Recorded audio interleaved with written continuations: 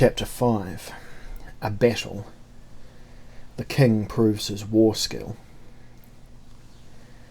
Elric was the first to arrive, all clad in martial finery, accompanied by two massive guards, each one holding one of the prince's ornate war banners.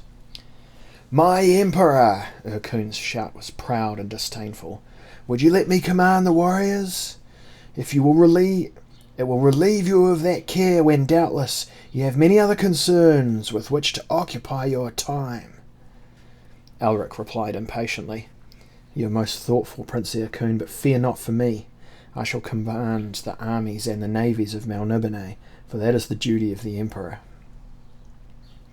Elric glowered and stepped to one side as Duel, Lord of the Dragon Caves, entered. He had no guard whatsoever with him, and it seemed he had dressed hastily. He carried his helmet under his arm. "My Emperor, I bring news of the dragons." "I thank you, Duel, but wait until all my commanders are assembled and impart the news to them too." Duel bowed and went to stand on the opposite side of the hall to that on which Prince Elric stood. Gradually the warriors arrived until a score of great captains waited at the foot of the steps which led to the ruby throne where Elric sat. Elric himself still wore the clothes in which he had gone riding that morning. He had not had time to change, and had until a little while before been consulting maps of the mazes, maps which only he could read, and which at normal times were hidden by magical means from any who might attempt to find them. "Southlanders would steal Imria's wealth and slay us all," Elric began. "They believe they have found a way through our sea maze. A fleet of 100 warships sails on Melnibone even now. Tomorrow it will wait below the horizon until dusk, when it will sail to the maze and enter. By midnight it expects to reach the harbour and to have taken the dreaming city before dawn. Is that possible, I wonder?" "No!" Many spoke the single word. "No," Elric smiled. "But how shall we best enjoy this little war they offer us?" Elric, as ever, was first to shout. "Let us go to meet them now, with dragons and with battle barges. Let us pursue them onto their own land, take their war to them. Let us attack their nations and burn their cities. Let us conquer them and thus ensure our own security." Duel spoke up again. "No dragons," he said. "What?" Elric whirled. "What?" "No dragons, Prince. They will not be awakened. The dragons sleep in their caverns, exhausted by their last engagement. On your behalf." "Mine?" "You would use them in our conflict with the Vilmurian pirates. I told you that I would prefer to save them for a larger engagement, but you flew them against the pirates and you burned their little boats, and now the dragons are asleep." Elric glowered. He looked up at Elric. "I did not expect." Elric raised his hand. "We need not use our dragons until such a time as we really need them. This attack from the Southlander fleet is nothing, but we will conserve our strength if we bide our time. Let them think we are unready. Let them enter the maze. Once the whole 100 are through, we close in, blocking off all routes in or out of the maze, and trapped they will be crushed by us." Elric looked pettishly at his feet, evidently wishing he could think of some flaw in the plan. Tall old Admiral Margum Colum, in his sea-green armour, stepped forward and bowed. "The golden battle barges of Imria are ready to defend our city, my liege. It will take time, however, to manoeuvre them into position. It is doubtful if they all will fit into the maze at once." "Then sail some of them out now, and hide them around the coast so that they can wait for any survivors that may escape our attack," Elric instructed him. "A useful plan, my liege." Margum Colum bowed and sank back into the crowd of his peers. The debate continued for some time, and then they were ready and about to leave. But then Prince Elric bellowed once more. "I repeat my offer to the Emperor. His person is too valuable to risk in battle. My person, it is worthless. Let me command the warriors of both land and sea, while the Emperor may remain at the palace, untroubled by the battle, confident that it will be won, and the Southland is trounced. Perhaps there is a book he wishes to finish." Elric smiled. "Again I thank you for your concern, Prince Ercune, but an emperor must exercise his body as well as his mind. I will command the warriors tomorrow." When Elric arrived back at his apartments, it was to discover that Tanglebones had already laid out his heavy black war gear.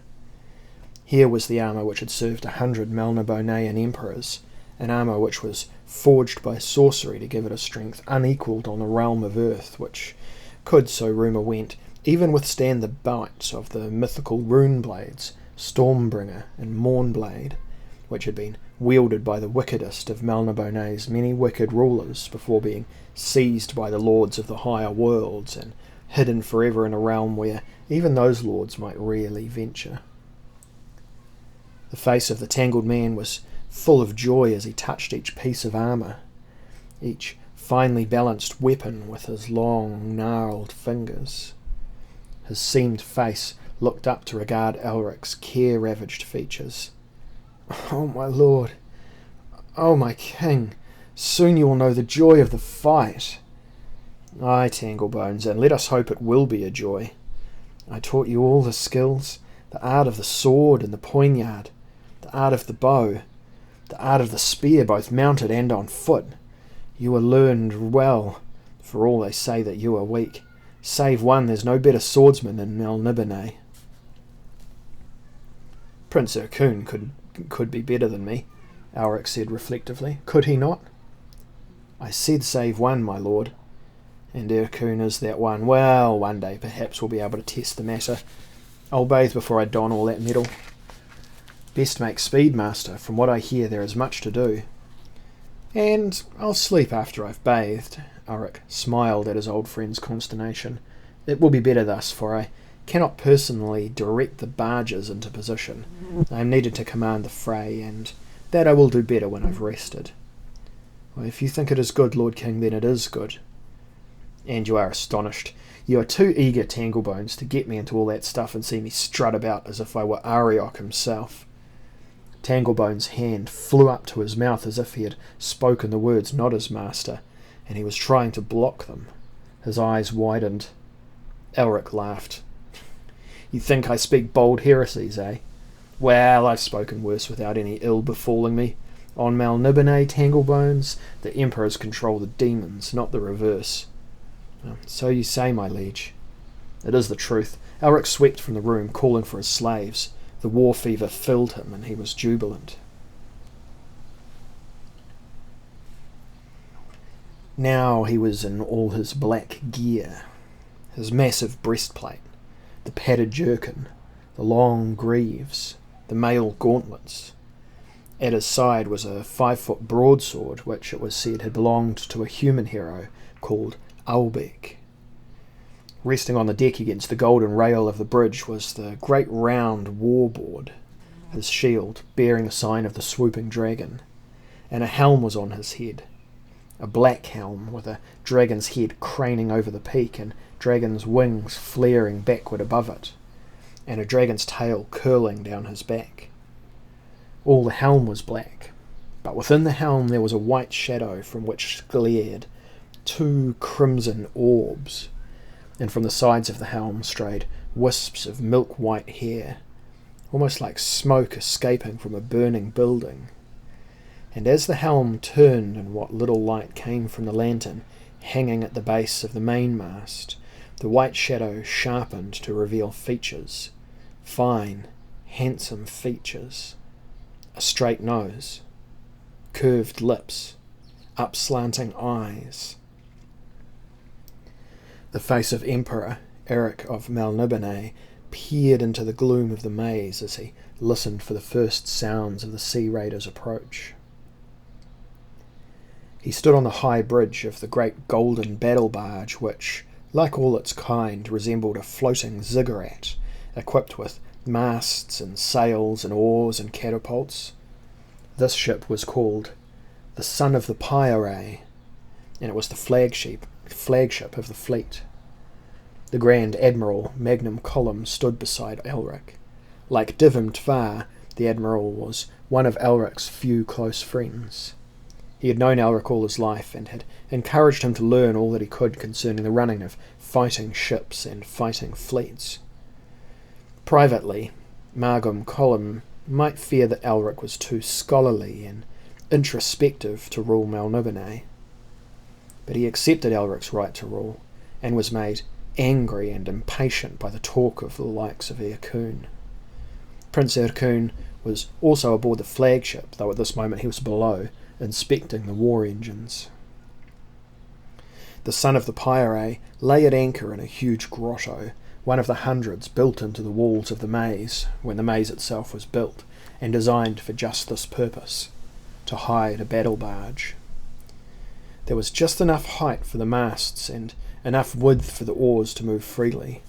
Each of the golden battle barges was equipped with banks of oars, each bank containing between 20 and 30 oars on each side. The banks were 4, 5 or 6 decks high, and as in the case of the son of the Pyre, might have been 3 independent steering systems, fore and aft. Being armoured all in gold, the ships were virtually indestructible, and for all their massive size they could move swiftly and manoeuvre delicately when occasion demanded. It was not the first time they had waited for their enemies in these grottos. It would not be the last, though when next they waited it would be in greatly different circumstances. The battle barges of Melnibone were rarely seen on the open seas these days, but once they had sailed the oceans of the world like fearsome floating mountains of gold, and they had brought terror wherever they were sighted. The fleet had been larger then, comprising hundreds of craft. Now there were less than 40 ships, but 40 would suffice. Now in damp darkness they awaited their enemies. Listening to the hollow slap of the water against the sides of the ship, Elric wished that he had been able to conceive a better plan than this. He was sure that this would work, but he regretted the waste of lives, both Melnibonean and barbarian. It would have been better if some way could have been devised of frightening barbarians away, rather than trapping them in the sea maze. A Southlander fleet was not the first to have been attracted to Imria's fabulous wealth. The Southlander crews were not the first to entertain the belief that the Melniboneans, because they now never ventured far from the dreaming city, had become decadent and unable to defend their treasures, and so the Southlanders must be destroyed in order to make the lesson clear. Melnibone was still strong. She was strong enough, in Ercún's view, to resume her former dominance in the world, strong in sorcery, if not in soldiery. Hist! Admiral Magnum Colum craned forward. Was that the sound of an oar? Elric nodded. I think so. Now they heard regular splashes, as of rows of oars dipping in and out of the water, and they heard the creak of timbers. The Southlanders were coming. The son of the Pyre was the ship nearest to the entrance, and it would be the first to move out, but only when the last of the Southlanders' ships had passed them. Admiral Margum Colum bent and extinguished the lantern, and then quickly, quietly, he descended to inform his crew of the raiders' coming. Not long before, Ercún had used his sorcery to summon a peculiar mist which hid the golden barges from view, but through which those of the Melnibonean ships could peer. Now Elric saw torches burning in the channel ahead, as carefully the reavers negotiated the maze. Within the space of a few minutes, tens of the galleys had passed the grotto. Admiral Margum Colum rejoined Elric on the bridge, and now Prince Ercún was with him. Ercún too wore a dragon helm, though less magnificent than Elric's, for Elric was chief of the few surviving dragon princes of Melnibone. Ercún was grinning through the gloom, and his eyes gleamed in anticipation of the bloodletting to come. Elric wished that Prince Ercún had chosen another ship than his, but it was Ercún's right to be boarded on the flagship, and he could not deny it. Now half the 100 vessels had gone past. Ercún's armour creaked as, impatiently, he waited, pacing the bridge, his gauntleted hand on the hilt of his broadsword. Soon, he kept saying to himself. Soon. And then their anchor was groaning upwards, and their oars were plunging into the water as the last Southland ship went by, and they shot from the grotto into the channel, ramming the enemy galley amidships and smashing it in two. A great yell went up from the barbarian crew, and men were flung in all directions. Torches danced erratically on the remains of the deck as men tried to save themselves from slipping into the dark, chill waters of the channel. A few brave spears rattled against the side of the Melnibonean flag galley as it began to turn amongst the debris it had created, but Imrurian archers returned the shots, and a few survivors went down. The sound of this swift conflict was the signal to the other battle barges. In perfect order they came from both sides of the high rock walls, and it must have seemed to the astonished barbarians that the great golden ships had actually emerged from solid stone. Ghost ships, filled with demons who rained spears, arrows, and brands upon them. Now the whole of the twisting channel was confusion, and a medley of war shouts echoed and boomed, and the clash of steel upon steel was like the savage hissing of some monstrous snake, and the raiding fleet itself resembled a snake which had been broken into 100 pieces by the tall, implacable golden ships of Melnibone. These ships seemed almost serene as they moved amongst their enemies, their grappling irons flashing out to catch wooden decks and rails and draw the galleys nearer so they might be destroyed. But the Southlanders were brave, and they kept their heads after the initial astonishment. 3 of their galleys headed straight for the Son of the Pyre, recognising it as the flagship. Fire arrows sailed high and dropped down into the decks, which were wooden and not protected by the golden armour, starting fires wherever they fell, or else bringing blazing death to the men they struck. Elric raised his shield above his head, and 2 arrows struck it, bouncing, still flaring, to the lower deck. He leapt over the rail, following the arrows, jumping down to the widest and most exposed deck where his warriors were grouping, ready to deal with the attacking galleys. Catapults thudded, and balls of blue fire swished through the blackness, narrowly missing all 3 galleys.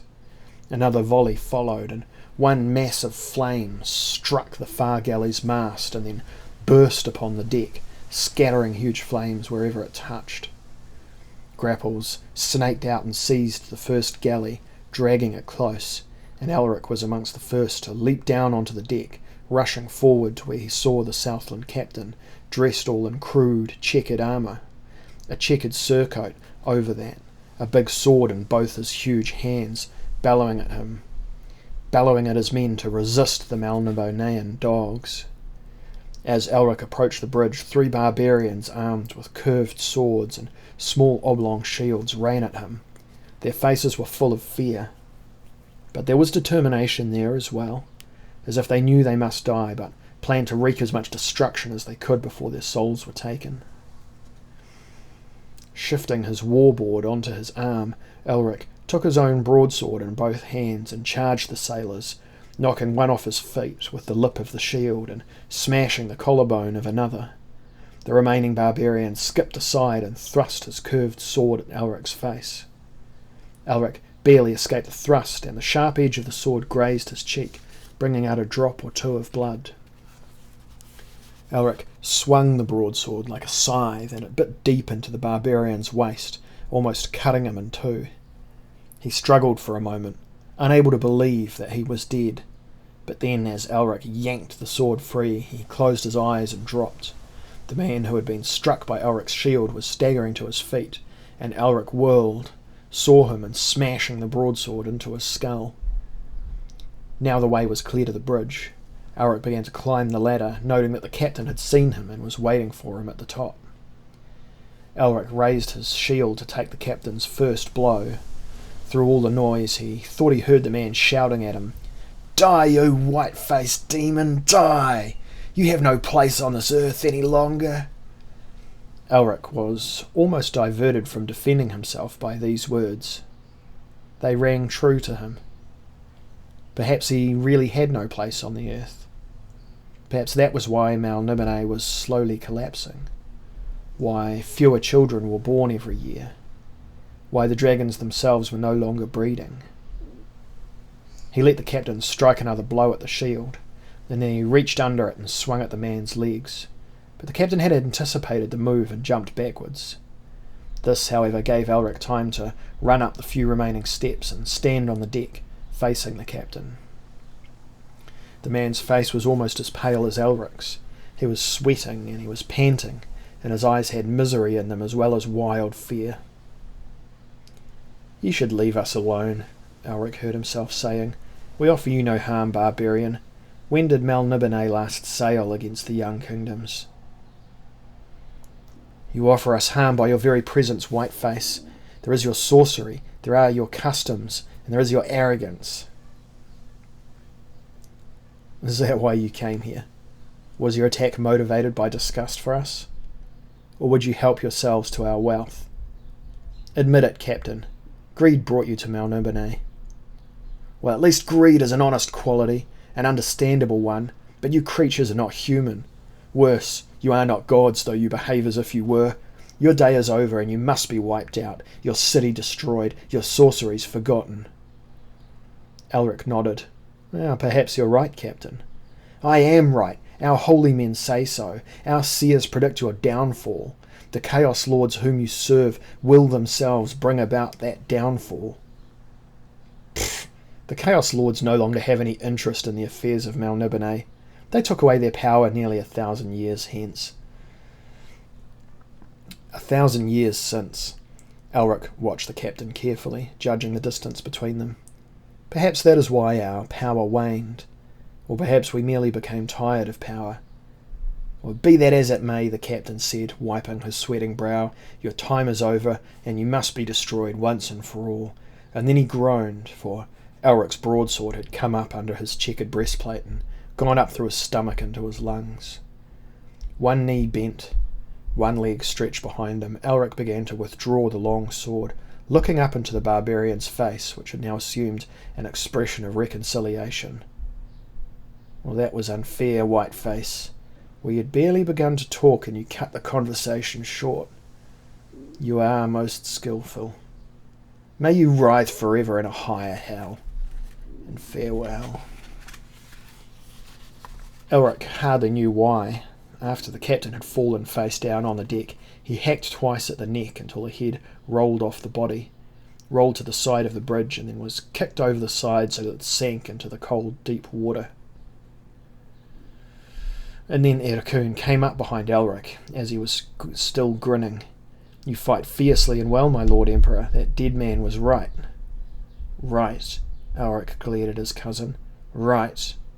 "Aye, in your assessment of your prowess." And chuckling, Ercún went to supervise his men who were finishing off the few remaining raiders. Elric did not know why he had refused to hate Ercún before. But now he did hate Ercún, and in that moment he would gladly have slain him. It was as if Ercún had looked deeply into Elric's soul and expressed contempt for what he had seen there. Suddenly Elric was overwhelmed by an angry misery, and he wished with all his heart that he was not a Melnibonean, that he was not an emperor, and that Ercún had never been born.